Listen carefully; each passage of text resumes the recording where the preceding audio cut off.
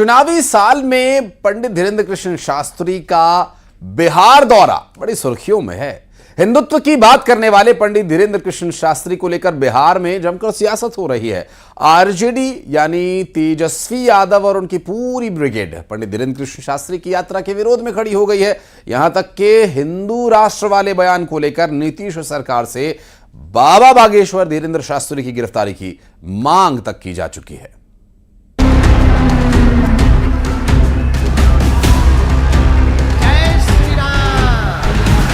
अगर वो विरोध करेंगे तो मठ बनाएंगे, यही रहेंगे।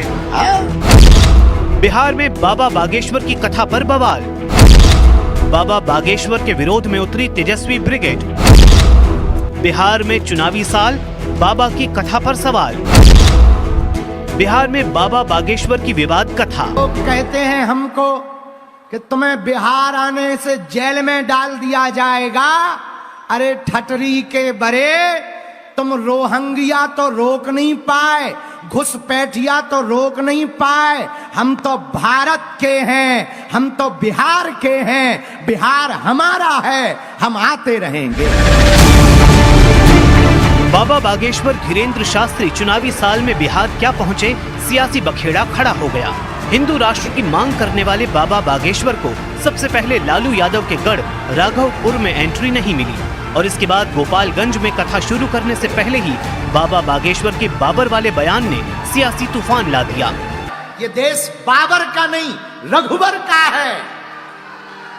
ये देश मेरे माई बाप, ये देश राम का है, ये देश कृष्ण का है, ये देश संतों का है, सुभाष चंद्र बोस का है।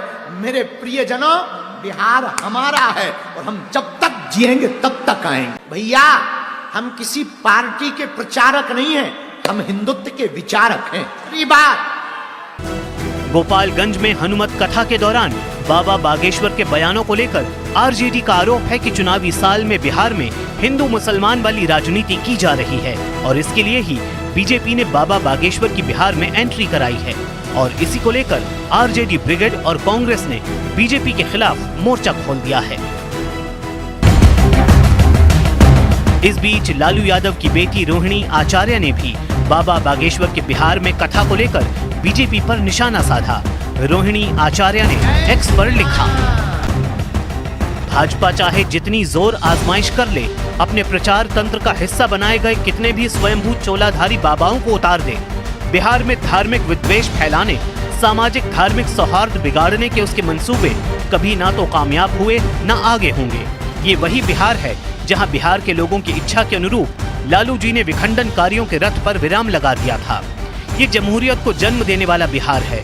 विखंडन की विचारधारा और उसके पोषकों पर आगे भी लगाम लगाएगा, जिस पर बिहार के डिप्टी सीएम विजय सिन्हा ने विपक्ष पर निशाना साधा और कहा कि सनातन की विरोधी मानसिकता वाले लोग देश में रहने के योग्य नहीं हैं। उनके आने पर इन लोगों को परेशानी होता है। ऐसे मानसिकता के लोग भारत में रहने योग्य नहीं है। जो अपने धर्म का, अपने धर्म गुरु का, अपने धर्म ग्रंथों का जो सम्मान नहीं करे, वो संविधान विरोधी है। आरजेडी के बिहार में बाबा बागेश्वर की एंट्री के विरोध के पीछे कई वजह हैं, जिनमें एक वजह लालू यादव के गढ़ गोपालगंज में बाबा बागेश्वर के हिंदुओं को एकजुट करने की मुहिम भी है। हमारे तन में प्राण है, हम हिंदुओं के पक्ष में बोलेंगे, हिंदुओं को एक करके ही छोड़ेंगे। अब हम हिंदुओं को घटने नहीं देंगे।